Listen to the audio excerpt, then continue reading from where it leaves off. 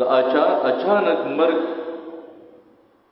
دا چا د پاره خي او چا د پاره عذاب. نیک عمل انسان دی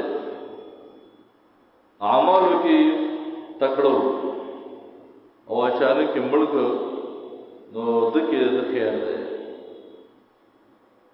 یلو مرزونو نه بشو د کړهونو نه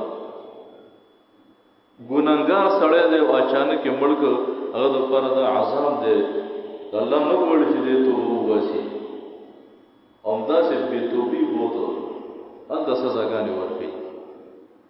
موت الفجأة راحة للمؤمن وأخذة أسف للفاجر. نبی علیہ السلام فرمایي و اچانک مرګ د مؤمن د پاره دمواله دی له دمکی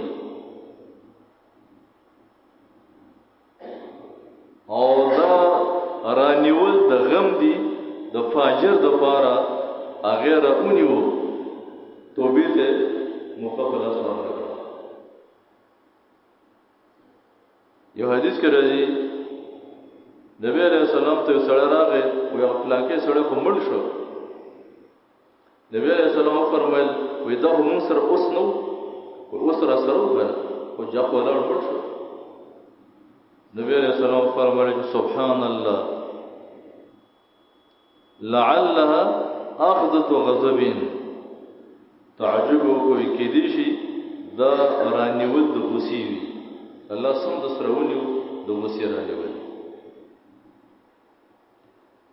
نو ځکه مؤمن د پاره د مرګ خده او ګناګار د پاره خنه ده ځکه هغه کې نیکی ونه کړ توبه ونه وستګه.